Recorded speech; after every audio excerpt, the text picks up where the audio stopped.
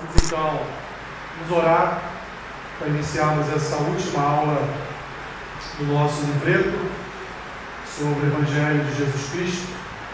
Senhor, nós queremos te agradecer por essa caminhada percorrida até aqui. Queremos te agradecer pela oportunidade que o Senhor nos concede de podermos estudar a Tua Palavra, de podermos, Senhor, na comunhão dos santos, aprendermos mais de Ti. Que, Senhor, tenha sido um tempo de aprendizado, tenha sido um tempo em que nós podemos compartilhar de conhecimento, podemos, Senhor, adquirir, Pai, intimidade contigo, adquirir relacionamento com o Senhor, através de tudo aquilo que foi falado aqui a respeito do Evangelho de Jesus Cristo. Abençoa-nos nesta última aula, fica conosco, Senhor, se há irmãos a caminho, traga-nos debaixo da Tua graça e da Tua proteção, é o que nós te pedimos, em nome de Jesus. Amém. Meus irmãos, em torno de uns 10 ou 15 anos atrás, surgiu um movimento fora da igreja, não dentro da igreja, fora da igreja, chamado de um movimento de desigrejados. Pessoas que haviam passado por alguns problemas na igreja, mágoa, frustração, decepção,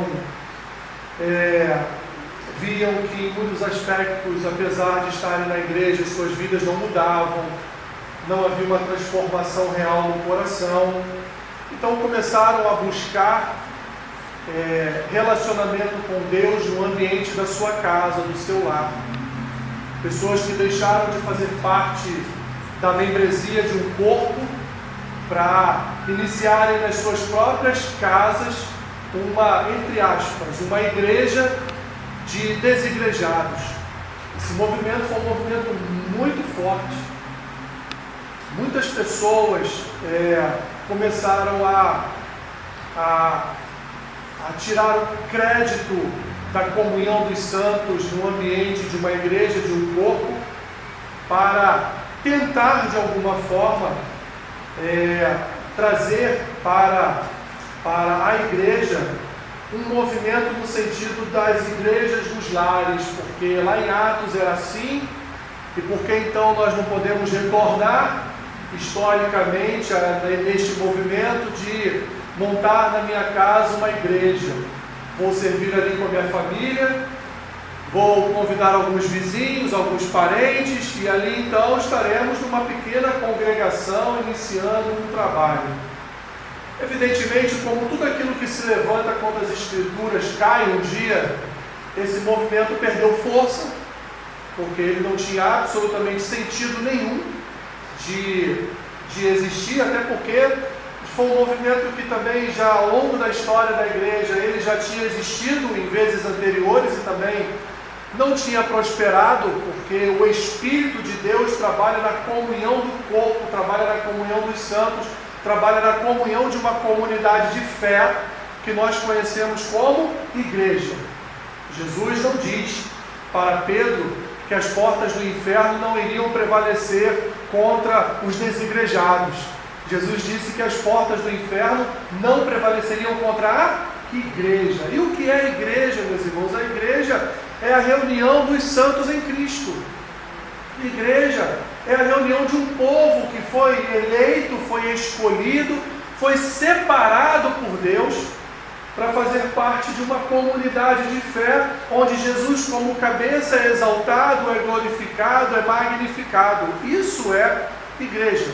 Então tudo aquilo que foge deste contexto de comunhão dos santos, de membro, ou seja, você é um membro de um corpo, um membro de uma igreja, como Paulo vai utilizar essa analogia, de pé, mãos, braços, cabeça, em 2 ou 3 das suas cartas, em 2 ou 3 das suas epístolas.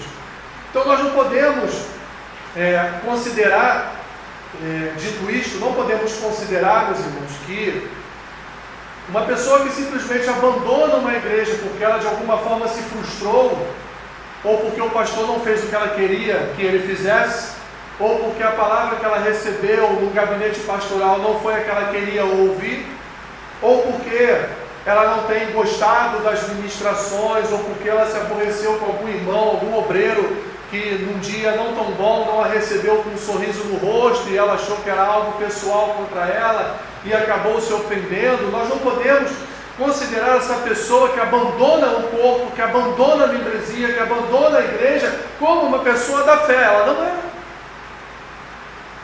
Ela não é. Porque os da fé são aqueles que pertencem a um corpo. Os da fé são aqueles que têm uma identidade. E essa identidade, meus irmãos, é caracterizada pela comunhão do corpo. Se eu não me reúno ao corpo, se eu não sou membro do corpo, se eu não tenho comunhão com o corpo, se eu não me relaciono com o corpo, eu não posso ter uma identidade deste corpo.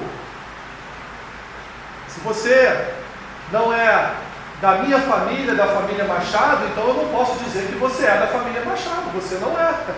Você é da família Silva, você é da família Castro, você é da família, né?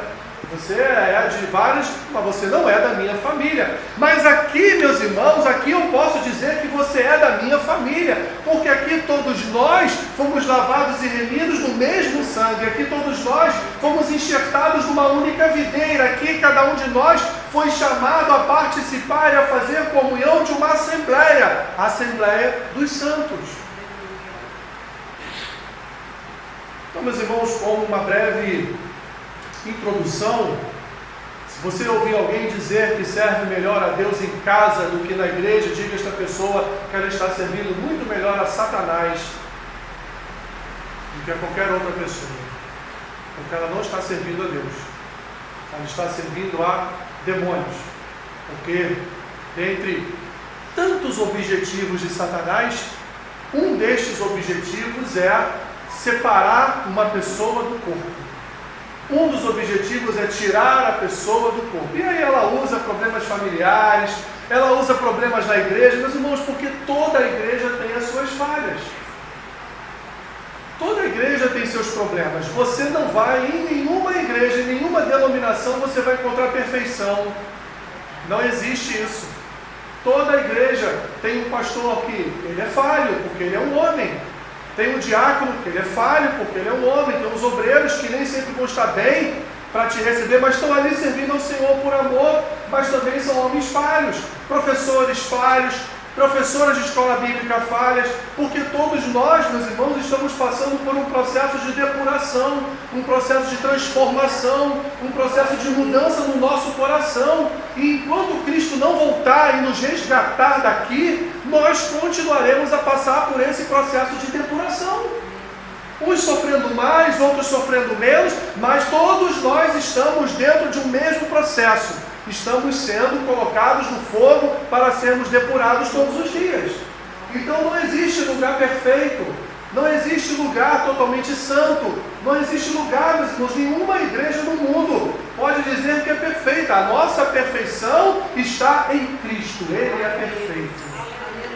E na perfeição dele nós somos beneficiados. Na perfeição dele, no amor dele nós amamos, na graça dele nós somos agentes da graça, no evangelho dele nós pregamos o evangelho. Tudo é por ele, através dele, fluindo por sua igreja, fluindo através dos santos que ele separou para fazer parte do corpo. Então, olhando aí para a revistinha de vocês, na página 29, você vai, membresia em uma igreja bíblica.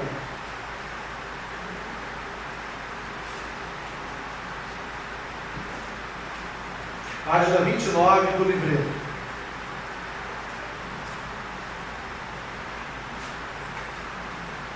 Olha o que o autor Paul Washer diz aí.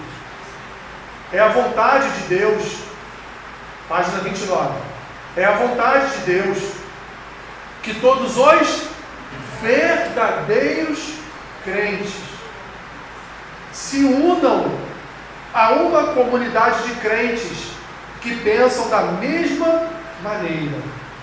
E aí ele vai elencar para nós várias características de uma igreja bíblica, mas eu quero antecipadamente fazer a leitura desse texto que está em Hebreus, capítulo 10. Hebreus 10, 23 a 25.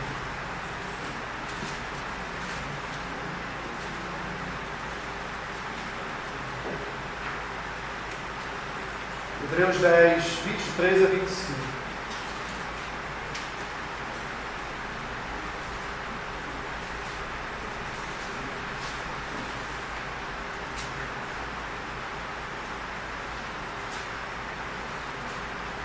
Olha o que diz o autor aos Hebreus, versículo 23.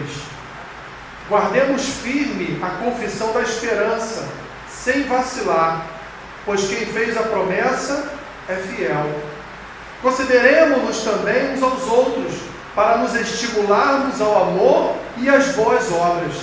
Não deixemos de congregar-nos, como é costume de alguns.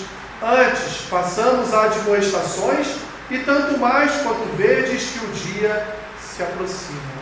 O que ele diz aqui? Não deixemos, versículo 25, não deixemos de quê? De congregar-nos. Quem está em casa, fora de uma membresia, fora de uma comunidade de fé, está congregando com quem? Por isso, meus irmãos, que quando estávamos no período da pandemia, eu fiquei muito preocupado com essa questão referente à Santa Ceia online, ao batismo online. E eu falava para os irmãos, tenham paciência. Ah, mas eu vou ficar meses sem cear. Meu irmão, minha irmã, tenha paciência.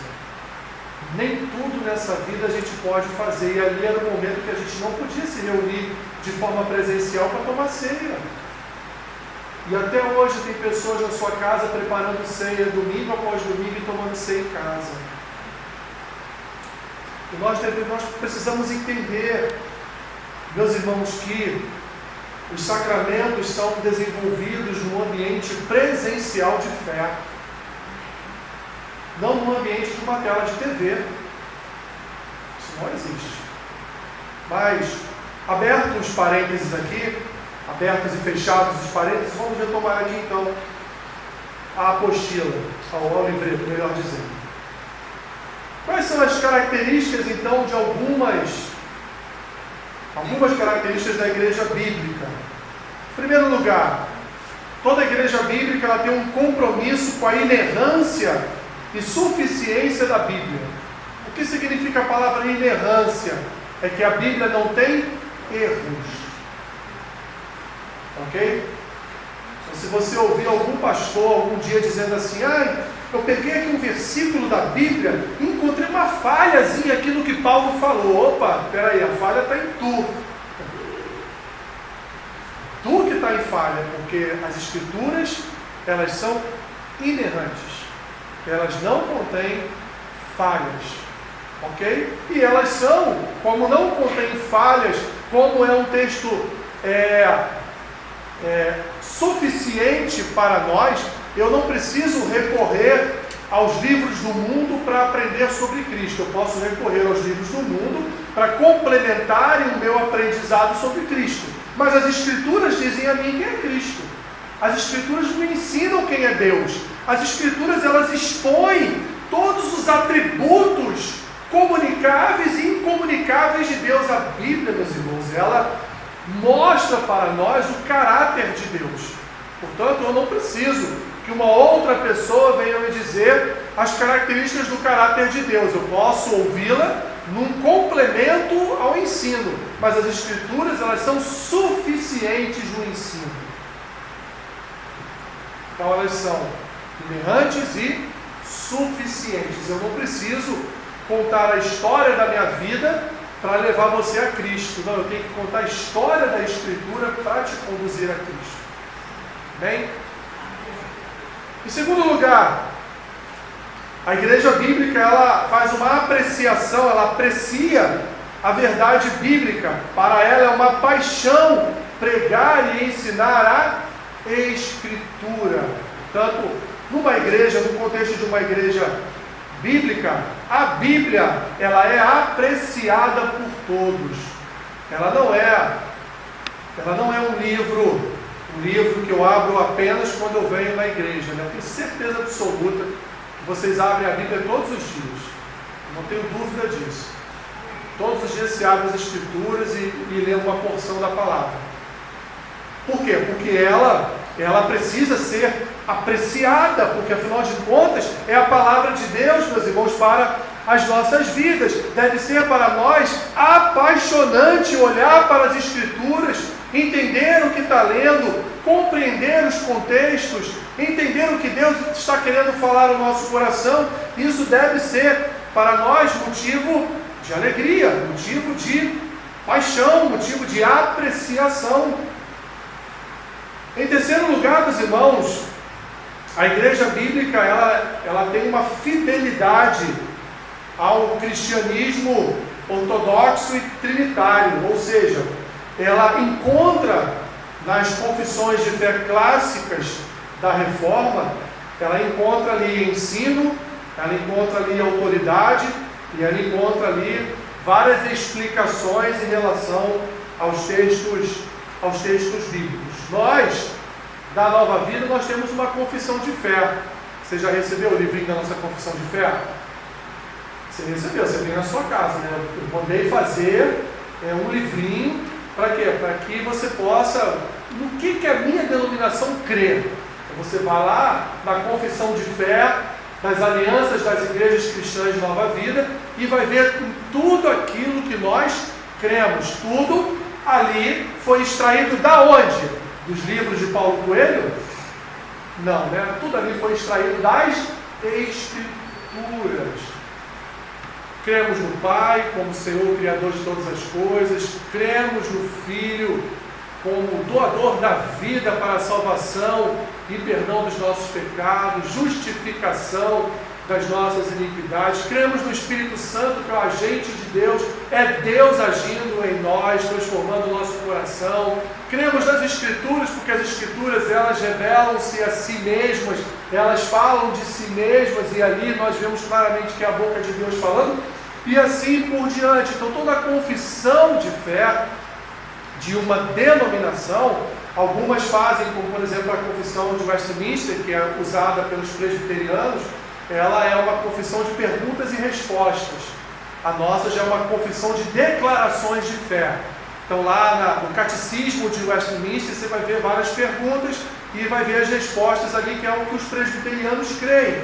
Tudo isso, meus irmãos, oriundo dos reformadores, que para ajudar no ensino das Escrituras, o que eles fizeram? Fizeram várias confissões de fé, que foram distribuídas também para o povo, ajudando o povo a interpretar as Escrituras. Então, um meio de auxílio, um meio de amparo no ensino da Bíblia, no ensino das Escrituras. Então, em que pese a nossa denominação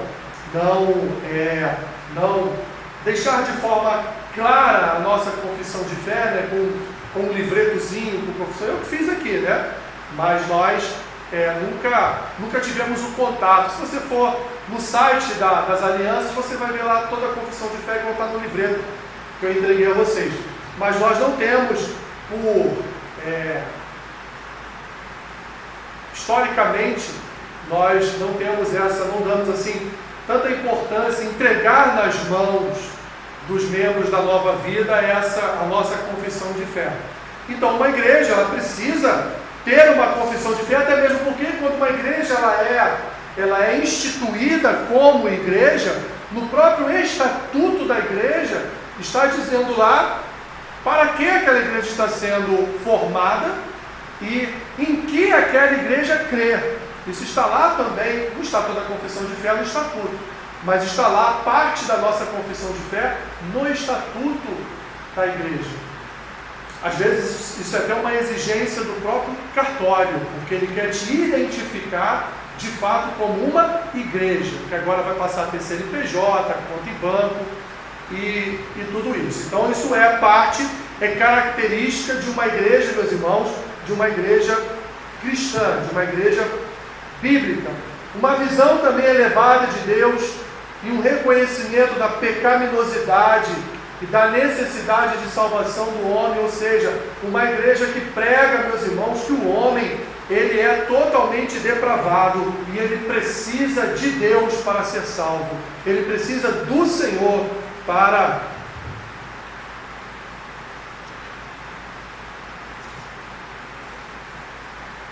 ser achado em salvação. Uma igreja bíblica também é uma igreja que tem convicção de que Cristo e seu Evangelho são centrais e preeminentes na fé cristã. Meu irmão e minha irmã, toda a igreja em que o pastor for a estrela, foge disso. Mas isso não existe não, né? Não tem pastor estrela não, né? Imagina, foge disso. A nossa estrela da manhã é Jesus Cristo. Ele é o cabeça. A Ele toda a honra, a Ele todas as coisas, a Ele todo o louvor. Uma igreja bíblica tem uma compreensão bíblica da conversão que leva ao arrependimento, à fé e à santidade. Uma igreja bíblica, meus irmãos, ela compreende que a conversão ela é algo realizado por Deus no homem. Ela vem do alto para baixo, ela vem de Deus para o homem, ela não é do homem para Deus. Eu gostei tanto daquela pregação, daquela palavra, gosto tanto daquela igreja, dos louvores dela, vou ficar lá naquela igreja, vou me tornar membro daquela igreja, vou me arrepender, vou confessar a fé daquela igreja, vou passar a ser santo, vou me arrepender dos meus pecados. Isso não é, meus irmãos, algo movido pelo homem, é o Espírito Santo que trabalha no coração do homem. E uma igreja bíblica, ela compreende, biblicamente, que a conversão do homem se dá através da pregação da palavra, a pregação fiel das Escrituras, e não só isso, no mover do Espírito Santo naquele coração, levando aquele coração uma convergência, levando aquele coração uma transformação, levando aquele coração uma nova ação, uma novidade de vida, uma nova identidade que antes não era conhecida na vida daquela pessoa. Por isso que Paulo vai dizer, se você roubava, não roube mais. Se você mentia, não minta mais. Se você adulterava, não adultere mais.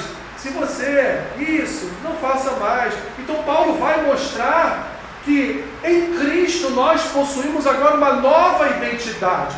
Mas essa identidade não é nossa, ela é a identidade de Cristo em nós.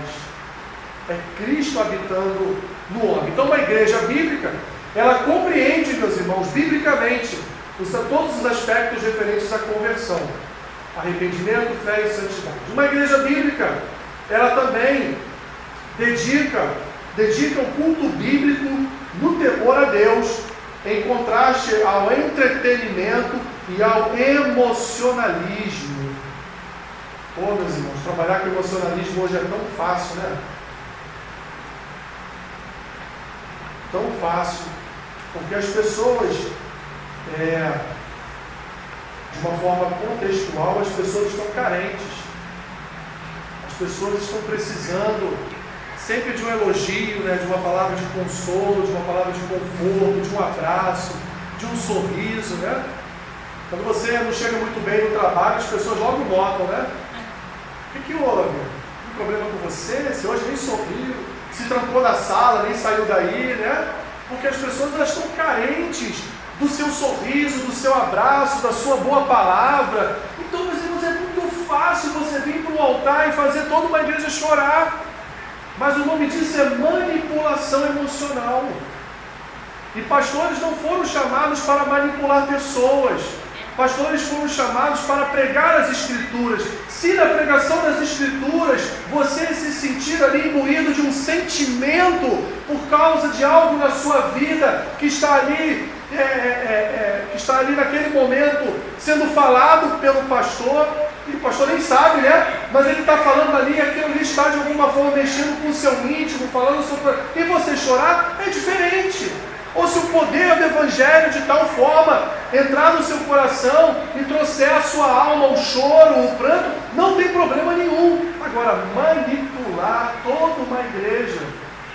Sem contar que tem aqueles que são contratados para ficarem no meio da igreja levantando choros para conduzir todos aqueles que estão perto deles a chorarem também. Sabiam disso? Vocês sabiam que lá no Domingão, quando tinha o Domingão do Faustão, tinha um pessoal que era contratado e ficava no meio do pessoal. Na hora que tinha que bater palmas, eles iniciavam as palmas lá no meio do público, sabia disso? Vamos lá, mais palmas. Aí todo mundo diz, e a igreja de entretenimento é a mesma coisa. Como pode uma igreja, meus irmãos, um culto, vamos lá, de 2 horas, né, ter 1 hora só de louvor? Na hora de pregar as escrituras leva-se 15 minutos. E tantas outras coisas, aberrações, situações antilitúrgicas que acontecem por aí, meus irmãos. O culto é dedicado a Deus. Meu irmão e minha irmã, mais uma vez eu digo a você, o culto é dedicado a Deus, o culto não é dedicado a você. Culto é para Deus. Ninguém assiste culto. Vou na igreja assistir um culto. Aqui não é sala de cinema, nem peça de teatro. Ninguém assiste culto. Nós estamos na igreja para ofertar, prestar culto a Deus.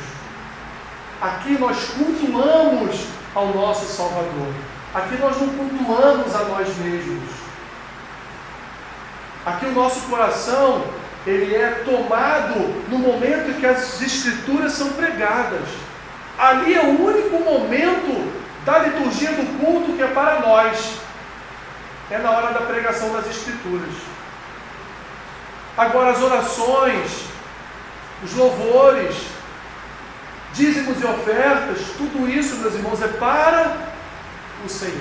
Então, de uma forma geral, o culto não é para mim, mas em determinado momento do culto, Ele vai falar a mim, porque tem uma parte que eu falo a Deus e tem outra que Deus vai falar ao meu coração. Uma igreja bíblica também, meus irmãos, tem uma liderança constituída de homens santos, humildes e capazes de ensinar, que dão suas vidas pelos crentes sob cuidado e exercem disciplina pastoral sobre eles. Uma igreja bíblica também tem um compromisso com o aconselhamento bíblico e a disciplina da igreja. Meus irmãos, não é fácil disciplinar. Não é fácil liderar. Não é fácil ter que chamar um irmão, uma irmã e ter uma conversa, perguntar o que está acontecendo,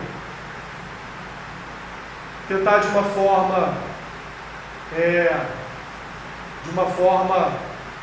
com muito cuidado no que você vai falar, para você ministrar sobre aquela pessoa, de forma a você não ofender aquela pessoa, não porque você quer, mas não ofender porque ela já está tão ofendida por ela mesma, ela já está tão machucada por ela mesma, mas ela não sabe disso. E você de alguma forma tem que conduzir ela a isso, dizer a ela, não é o fulano e o beltrano que estão te machucando, meu irmão, minha irmã.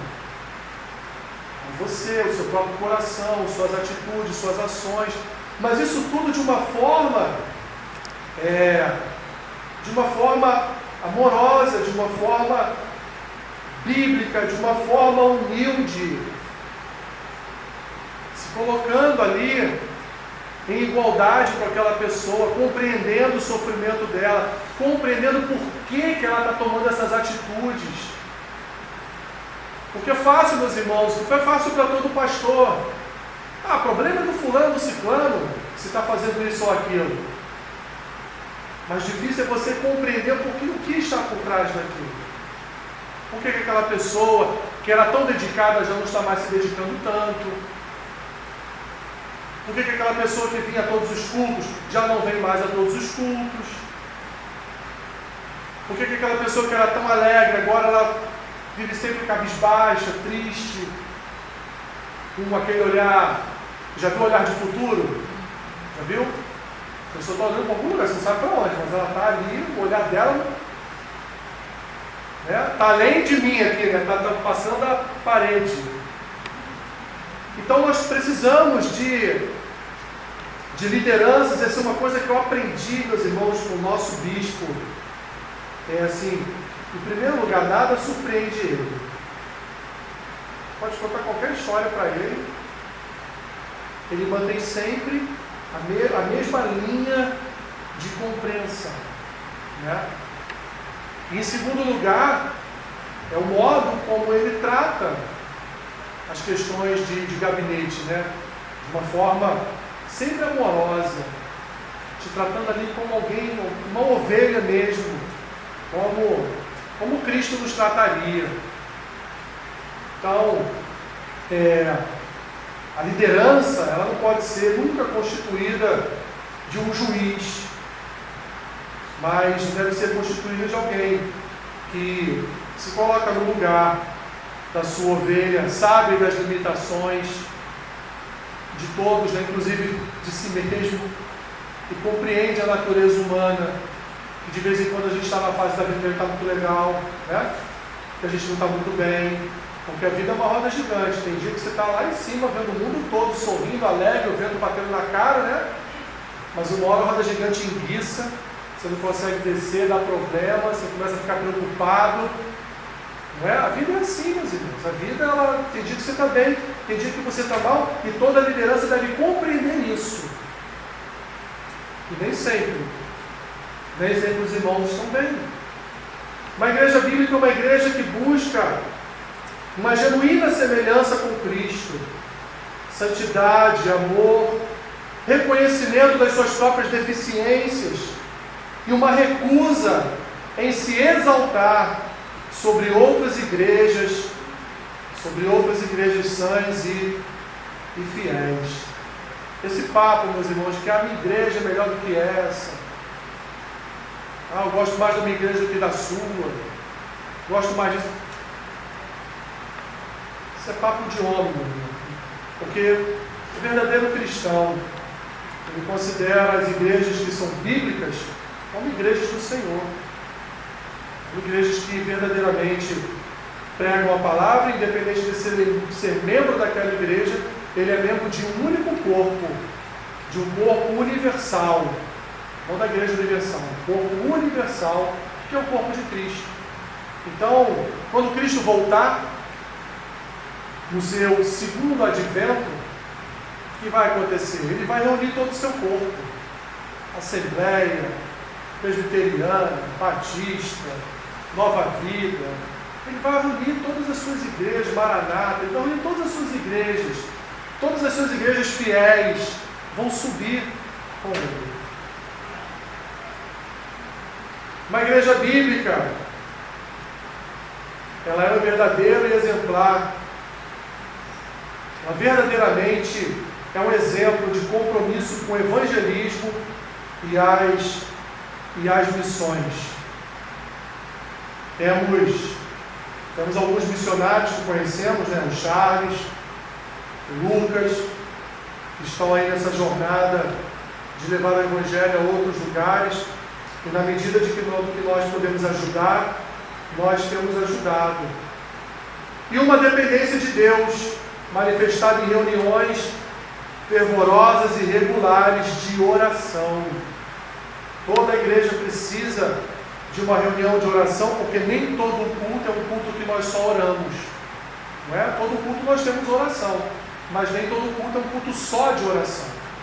Então, nós precisamos ter um tempo, em que pese você já ter o seu tempo na sua casa, ministrando suas orações a Deus, mas nós precisamos, na comunhão da fé, também ter um tempo de reunir todo o povo, para juntos manifestarmos diante de Deus as nossas orações, as nossas intercessões públicas, as nossas intercessões no contexto de igreja.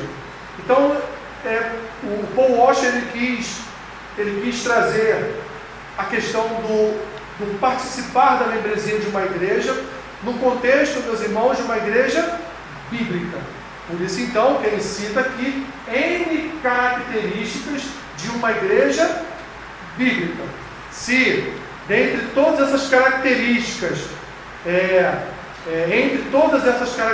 uma igreja não possui essas características, é porque ela não é uma igreja bíblica, e, portanto, se a pessoa está participando daquele corpo, saia, porque aquele não é um corpo de Cristo, né? Então ela procura uma igreja bíblica. Todas as vezes que me perguntam, eu estou mudando para tal lugar, qual igreja que você me indica? Eu falo assim, eu te indico uma igreja bíblica. Ande em várias igrejas, vá, porque você está chegando num lugar, você não conhece ninguém, então você vai lá na Batista, senta lá no banquinho, preste o seu culto a Deus e vê lá como é a igreja. Vai numa presbiteriana, faça a mesma coisa, vai na Assembleia de Deus, faça a mesma coisa, e assim por diante. Aquela igreja que você vê que de fato é uma igreja bíblica, é uma igreja que é parecida, né, porque não é nenhuma é igual a outra, que é parecida com a que você saiu, ou seja, aquela que trazia mais gosto ao seu coração de estar servindo, então você fique nela. Mas eu não indico, lá na rua X tem uma igreja assim. Eu não indico, porque às vezes tem o nome de uma denominação, mas quando você chega lá não tem nada a ver com a denominação. E isso tem acontecido muito. Eu fui uma presbiteriana ali e não entendi nada, completamente diferente da presbiteriana que eu conheço. Isso tem acontecido muito. Eu fui numa batista, não entendi nada, diferente das batistas que eu já fui, né? E até a Nova Vida, meus irmãos. E até a Nova Vida. Eu fui na Nova Vida ali não sei da onde. Tudo é totalmente diferente do que eu estou acostumado aqui em Nova Iguaçu. Tem muitas também que são assim. Então, procure uma igreja bíblica. E aí, meus irmãos, dentro do contexto da membresia, o que vai acontecer com o verdadeiro membro de uma igreja? Em primeiro lugar, ele vai buscar um crescimento em santificação, que o Paul Washer diz aí, porque a Bíblia nos ensina o quê? Nos ensina a santificação, ou seja, a Bíblia nos diz que nós devemos o quê? Dia a dia, crescer pessoalmente na santidade e semelhança em Cristo. E onde nós vamos aprender isso? Em casa, sozinhos, desigrejados? Não, nós vamos aprender isso na igreja. Vamos aprender isso na comunidade de fé, nós vamos aprender isso no contexto de uma membresia, meus irmãos. Em casa, sozinho, nós nunca vamos aprender e nunca vamos ter, o pessoal gosta de dizer, casca, né? Suficiente para passar por momentos de tribulação sozinhos. Não vamos. Nós precisamos estar numa comunidade de fé, porque ali nós vamos nos fortalecer, ali nós vamos ver outros exemplos, ali, meus irmãos, nós vamos ter o amparo de toda uma comunidade no momento que nós não estivermos bem, no momento que estivermos passando por um momento ruim nas nossas vidas. Vamos ter pessoas orando pela gente, vamos ter pessoas intercedendo por nós, vamos ter pessoas nos abraçando na igreja. É assim que funciona. Agora, aquele que está em casa sozinho, ele não tem o abraço do irmão. E como diz as Escrituras, a brasa fora do braseiro, ela se apaga. Ela não sobrevive. A Bíblia nos ensina então que a santificação é a vontade de Deus. E aí, meus irmãos, tem vários textos aí que depois você faça a leitura na sua casa, não temos tempo suficiente. E para que isso se torne realidade, página 30. Em nossas vidas devemos buscar a Deus através da leitura da Bíblia, oração, comunhão com crentes piedosos e a abstenção das coisas pecaminosas deste mundo para não nos contaminarmos com elas. O desigrejado, ele consegue isso? Não consegue. Ele não vai ter forças suficientes para andar com Cristo, para buscar a santificação, para ter uma vida de regra. Meus irmãos, já na comunidade de fé, já no contexto da membresia, já é difícil, não é? Já tendo o amparo, o apoio, as orações, as intercessões dos irmãos, não é fácil caminhar na fé. Nós somos todos os dias bombardeados. Todos os dias Satanás vira canhões e canhões na nossa direção, querendo nos fazer cair, querendo nos destruir. porque ele veio para roubar, matar e destruir. Aqueles que fazem parte de uma comunidade de fé, como diz aqui Paul Washer, eles servem na igreja local. A Bíblia nos ensina que todo crente é parte de um sacerdócio real. Cada um de nós recebeu dons espirituais, habilidades, que devem ser usados para a edificação da igreja local. Não devemos meramente nos unir a uma igreja bíblica, mas devemos servir na igreja local de acordo com as nossas habilidades. O ministério na igreja não é limitado aos pastores ou presbíteros. Os pastores devem treinar todos os membros da igreja para a obra do ministério. Sabe por quê, meus irmãos? Eu gosto tanto de ter curso na igreja, de ter ensino, de ter uma palavra sempre que não foge do que está nas Escrituras, porque isso te ensina a pregar a palavra para outro, porque isso te treina. Então, quando alguém vier a você e pedir razão, qual a razão de você crer em Cristo?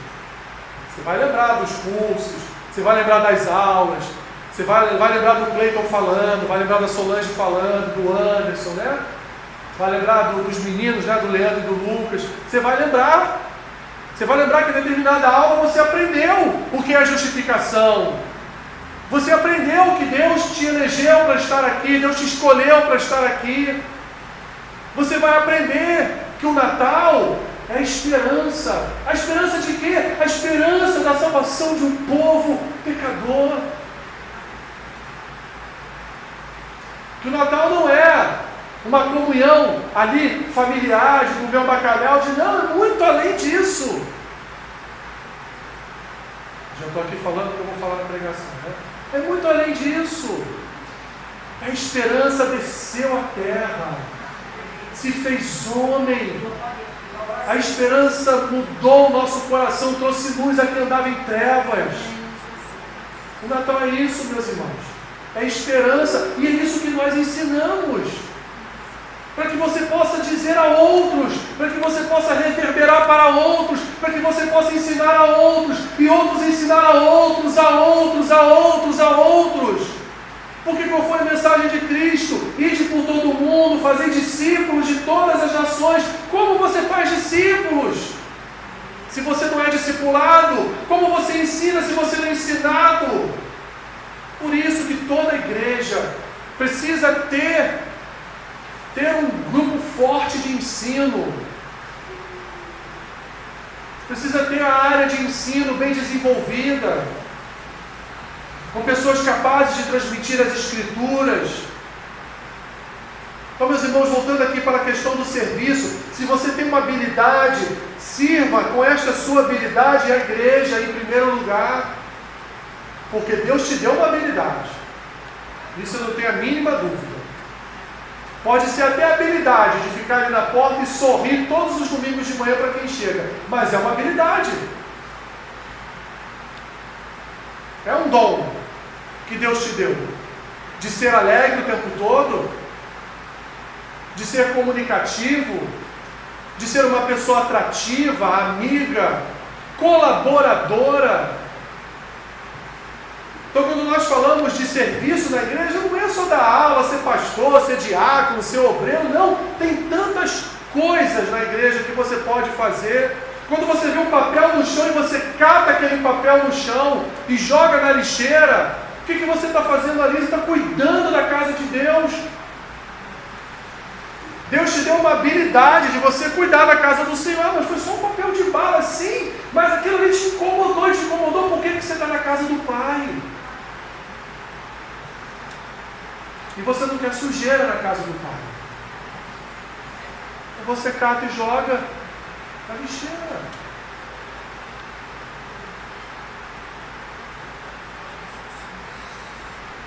Por último, o Washer fala de servir no Evangelho e nas missões. Meus irmãos, missão, estou terminando. Missão não é só você viajar aqui para a Argentina, ou para a África, ou para a Austrália, ou para Nova Guiné, ou para Guatemala. Não. Missão você pode fazer com o teu vizinho. Missão você pode fazer no teu trabalho. Você pode fazer missão na tua casa. Que, aliás, é o maior e pior campo missionário, é a tua casa. Esse é o pior. Não à toa que Jesus disse: o profeta não tem honra na sua própria casa. Então a tua casa é o maior campo missionário. Ali você aprende tudo. E principalmente a receber nãos, né? O que mais você recebe no campo missionário familiar é não. Então você já se preparou. Você já está maduro para fazer missão com o seu vizinho, lá na fila do banco, quando você vai pagar uma conta, não é? Ou ali na feira, quando você vai comprar ali alguma coisa na feira, não é? Então, missão não é só viajar, não é só, é também, mas não é só isso. E ele diz aqui: é a vontade de Deus que o Evangelho de Jesus seja pregado a todas as nações e a cada pessoa debaixo do céu. Essa ordem de Cristo foi chamada de grande comissão. E cada cristão está comprometido com essa tarefa de acordo com seus dons. Olha o que ele diz: cada cristão está comprometido com esta tarefa. Não é só aquele que se auto-intitula missionário. Cada cristão é um missionário. Isso também inclui cuidar dos cristãos que são perseguidos por causa da fé, ajudar aqueles que sofrem necessidades e fazer obras de caridade para aqueles que não creem. Então Paul Washer, ele diz: olha, você, cada um de nós, temos uma missão na nossa casa, uma missão com os nossos vizinhos, uma missão com os colegas de trabalho, uma missão na faculdade, uma missão na escola, uma missão na rua. Todos nós devemos ter como missão proclamar a Cristo em qualquer lugar. E ele termina então fazendo a oração que Paulo fez lá em 1 Tessalonicenses 5,23. Mesmo Deus da paz vos santifique em tudo, e o vosso espírito, alma e corpo sejam conservados íntegros e irrepreensíveis na vinda de nosso Senhor Jesus Cristo. Amém. Terminamos, meus irmãos, esse livreto. Eu estou pensando em comprar. Estou pensando em comprar 100 destes aqui para distribuir. Deixar aqui na porta da igreja. Quem for passando, a gente presenteia. E dá de repente um copinho um copinho de café, né, para acompanhar, né? Mas semana que vem nós entraremos num outro livreto, que são os decretos de Deus. E ficaremos, pelos meus cálculos, até o mês de março desse livreto, falando então sobre a soberania e os decretos de Deus. Deixa eu orar para você ter 10 minutinhos de intervalo. Senhor, obrigado. Obrigado já pelo início desta manhã, ensinando a Tua palavra, aprendendo de Ti. Que essa semente, Senhor, seja bem cultivada nos corações do Teu povo. Eu te peço, em nome de Jesus. Amém.